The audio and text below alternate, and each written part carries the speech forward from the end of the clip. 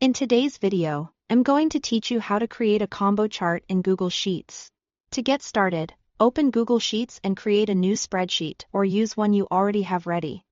The first thing you'll want to do is enter your data in a clean, organized way, so Google Sheets can build the chart correctly. In column A, enter your data labels or categories. In column B, enter the numeric values for that data. Then in column C, enter the profit margin values, also as numbers.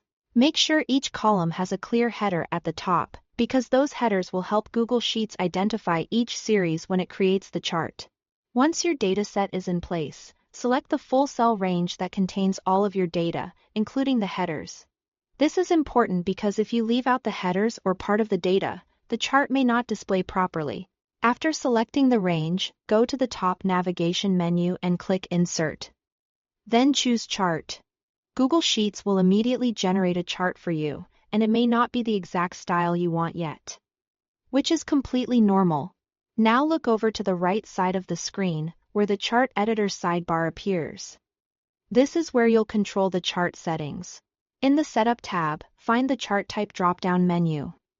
Click it, then scroll through the list until you reach the line or combo section. From there, select Combo Chart. This chart type is useful because it allows you to display different data series in different visual formats within the same chart, making comparisons much easier to understand at a glance. After choosing the combo chart, move to the Customize tab in the Chart Editor. In this section, expand the Series menu.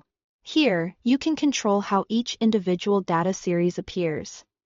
Open the Apply to All Series drop-down and select the specific series you want to change. Once that series is selected, find the Type drop-down and choose the format you prefer, such as columns, line, or area. This is especially helpful when you want one set of values to stand out as bars while another is easier to read as a line. Take a moment to adjust each series as needed, so the chart clearly communicates your data.